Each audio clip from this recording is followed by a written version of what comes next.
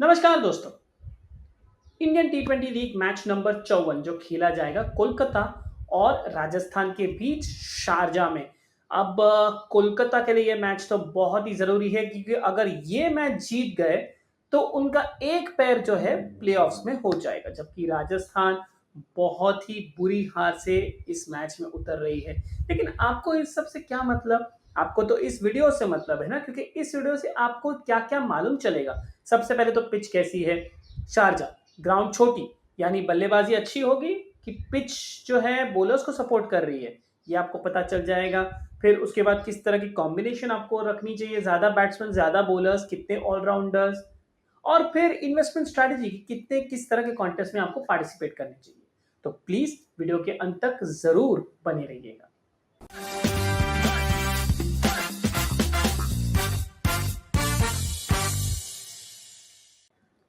तो चलिए सबसे पहले जान लेते हैं इस पर्टिकुलर पिच के बारे में। शारजा मिस्ट्री बन गई है शारजा, क्योंकि अगर 2020 की अगर हम बात करें तो फिर तो 200 225 के स्कोर सब आ रहे थे, और अब मुश्किल से 150 क्रॉस हो रहे हैं। चाहे आप पहले बैटिंग करें या दूसरी बैटिंग करें, आपको ज्यादा फर्क नजर नहीं आ रहा। हाँ, चेजिंग साइड जीत जरूर रही है, लेकिन वो इसलिए जीत रही है क्योंकि टारगेट जो है 130 तक रुकती जा रही है अगर पहली बैटिंग करने वाली टीम है तो।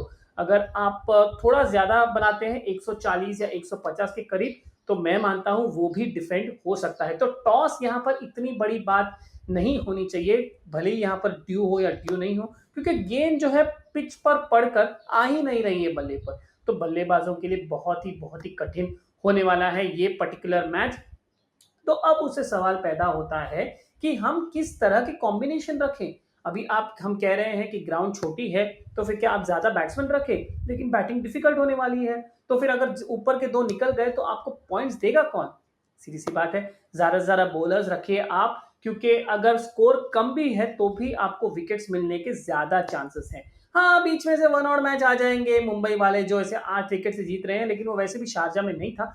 तो वो वैसे जो होता है ना, माफ कीजिएगा, मुंबई जैसे मैचेस आ जाएंगे, लेकिन हर मैच ऐसा नहीं होता है। तो आपको ज्यादा विकेट्स मिलने चाहिए, और प्लस इन दोनों की कोलकाता की बैटिंग राजस्थान से ज्यादा स्ट्रांग है, तो फिर आप बॉलिंग में इनसे ज्यादा पॉइंट्स एक्सपेक्ट कर सकते हैं। तो चलिए देखते हैं कौन से ऐसे प्लेयर्स हैं जो आपको पॉइंट्स दिला सकते हैं। ओके, सबसे पहले तो विकेट कीपर, यहां पर तो कोई दो राय नहीं है, संजू सैमसन। भले ही थोड़े एक दो मैच में चले नहीं हो, लेकिन पिछले 5 में 3 में तो चले ही हैं, 60, 129 और 106। तो और इनके ऊपर थोड़ा दबाव कम रहेगा, क्योंकि 90% 90% माफ कीजिएगा, राजस्थान अगर ये मैच जीत भी गई और मुंबई अपना आखिरी मैच हार भी गई, तो बहुत ही कम चांसेस है कि राजस्थान जो है प्ले में जाएगी। तो फिर ये जीत कर भी उन्हें कुछ फायदा नहीं होने वाला है। तो उसमें क्या होगा कि एक दबाव सा है अपने कंधों से निकल जाएगा। तो शायद आप संजू सैमसन को फ्रीली खेलता हुआ नजर आते देखेंगे, और इन्हें आप अपनी टीम में जरूर रख सकते हैं। अब आ जाते हैं अपने बल्लेबाजों पर।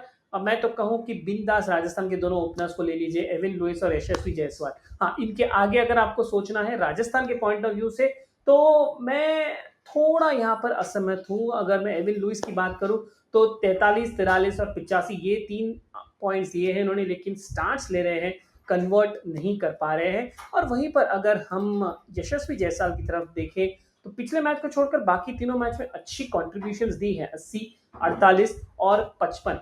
अब इनके अलावा एक ऐसे राइजिंग स्टार तो नहीं कहूंगा, लेकिन एक अच्छा नाम है वर्ल्ड क्रिकेट में, जो अभी तक इंडियन टी20 लीग में ज्यादा समाया नहीं है।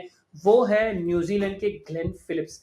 अब इनके पॉइंट ज्यादा है नहीं, एक मैच में 29, एक मैच में 2, लेकिन इनकी जो सिक्स हिटिंग एबिलिटी है, 2021 में जितने भी ज्यादा सिक्सेस जमे हैं ना, वो ग्लेन फिलिप्स के बल्ले से आए हैं, करीब करीब 90 के आसपास। तो लीडिंग सिक्स हिटर है टी20 में, और इनके ऊपर भी कोई दबाव नहीं रहेगा, क्योंकि अब ये राजस्थान का लास्ट मैच है, उसके बाद नेक्स्ट ईयर नया बड़ा ऑप्शन है, 2 नई टीमें आने वाली है।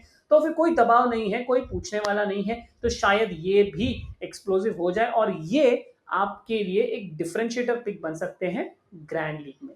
तो ग्लेन फिलिप्स का नाम जरूर याद रखेगा। और वहीं पर अगर मैं कोलकाता की तरफ से बात करूं, तो फिर नीतीश राणा और शुभमन गिल तो आपके पास है ही। नीतीश राणा ने कंसिस्टेंटली आपको पॉइंट्स दिए हैं। शुभमन गिल ने लास्ट मैच में एक बहुत ही अच्छी पारी खेली थी, 87 अंक दिलाए थे, ड्रीम टीम के कैप्टन भी थे। लेकिन इनके अलावा जो नंबर 3 या कभी कभी नंबर 4 पे आते हैं वो है राहुल त्रिपाठी। इन्हें आप कंसिडर जरूर कर सकते हैं। देखिए 2 मैच फ्लॉप हो गए लेकिन 3 मैच पिछले 5 में काफी अच्छे अंक इन्होंने दिए हैं। तो ये हो गए हमारे बल्लेबाजों में ऑप्शंस। अब बढ़ते हैं हमारे ऑलराउंडर्स की तरफ। तो दोस्तों हमारे जो मैच टिप्स है ना फैंटेसी गली में, यहाँ पर ये बताया गया है कि राजस्थान के लिए सबसे ज्यादा पॉइंट्स उनके ऑलराउंडर्स ने दिए हैं। लेकिन अगर मैं ऑलराउंडर्स चुनने भी जाऊं, किन किन को चुनूं? कोई अवेलेबल नहीं है का मतलब पॉइंट्स देने के लिए अवेलेबल नहीं है, क्योंकि क्रिस मॉरिस फॉर्म खराब, राहुल टेवाटिया कुछ ज्यादा कर नहीं रहे हैं, शिवम दुबे एक मैच में हिट एक मैच में फ्लॉप, तो वन हिट वंडर हो गए हैं तो इनके, और श्रेयस गोपाल लास्ट मैच में खेले थे। लेकिन ये सब जो है आपको उतने पॉइंट्स नहीं देने वाले हैं, या फिर मैं कहूं देने की क्षमता शायद ज्यादा नहीं रखते हैं। तो ऑलराउंडर्स को भी आप कोलकाता से ही ले।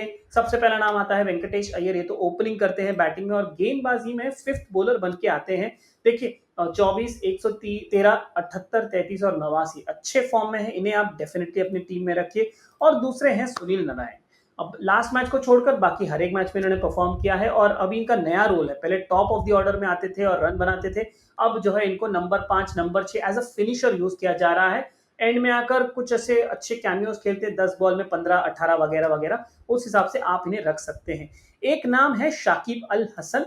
अब ऑन्ड्रे रसल की फिटनेस के बारे में ज्यादा कुछ चर्चा नहीं आ पा रही है। हो सकता है West Indies cricket board Kolkata पे दबाव डाल रहा हो कि ऑन्ड्रे रसल को अब न खिलाएं ताकि वर्ल्ड कप के लिए रसल फिट हो। तो मुझे नहीं लगता इस पर्टिकुलर मैच में ऑन्ड्रे रसल खेलेंगे। तो शाकिब आपके लिए एक अच्छे ऑप्शन बन सकते हैं। 43, 29, 51 और 40 ये हैं इनके रिटर्न्स इंडियन टी20 लीग में। प्लीज आप शाकिब को अपनी टीम में जरूर कंसिडर कीजिए। अब आते हैं बोलर्स। बोलर्स तो आपको भरपूर लेने चाहिए, मैं मानता हूं आपके लिए। तो सबसे पहले तो वरुण चक्रवर्ती, नारायण के स्पिन पार्टनर, ये तो आपके टीम में होने ही होने चाहिए। 9 की क्रेडिट है, 7.9 की फैंटेसी गली रेटिंग है। पिछले 2 मैच में एग्जैक्ट 56 पॉइंट्स इन्होंने दिए हैं और ये मिडिल ओवर्स में एक होल्ड पकड़ के रखते हैं। तो अगर आप पावर प्ले भी अच्छी नहीं करती है कोलकाता विद द बॉल, तो मिडिल ओवर्स में आकर ये और नारायण आपको पॉइंट्स जरूर देंगे। राजस्थान की तरफ से चेतन साकरिया आपके लिए एक अच्छा अनुभव साबित हो सकते हैं मुस्तफिजुर रहमान के साथ। ये दोनों बॉलर, चेतन साकरिया ने लास्ट मैच में 44 अंक दिए थे, जबकि मुस्तफिजुर रहमान की अगर मैं बात करूं तो ये आपके लिए पॉइंट्स के हिसाब से काफी अच्छे प्लेयर हो सकते हैं, क्योंकि कंसिस्टेंटली ये परफॉर्म करते जा रहे हैं। तो कहां पर हैं मुस्तफिजुर रहमान जी? ये है।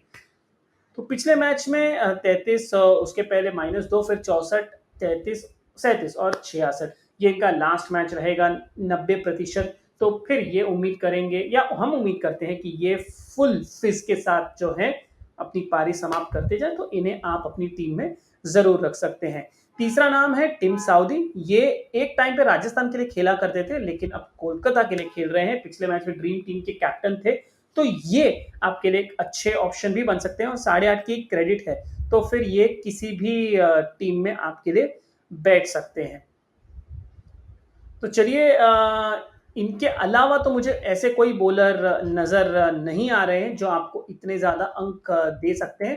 तो फिर आप गेंदबाजों में आप इन्हीं के साथ परहेज करें या फिर इन्हीं के साथ आप रखें अपनी टीम में।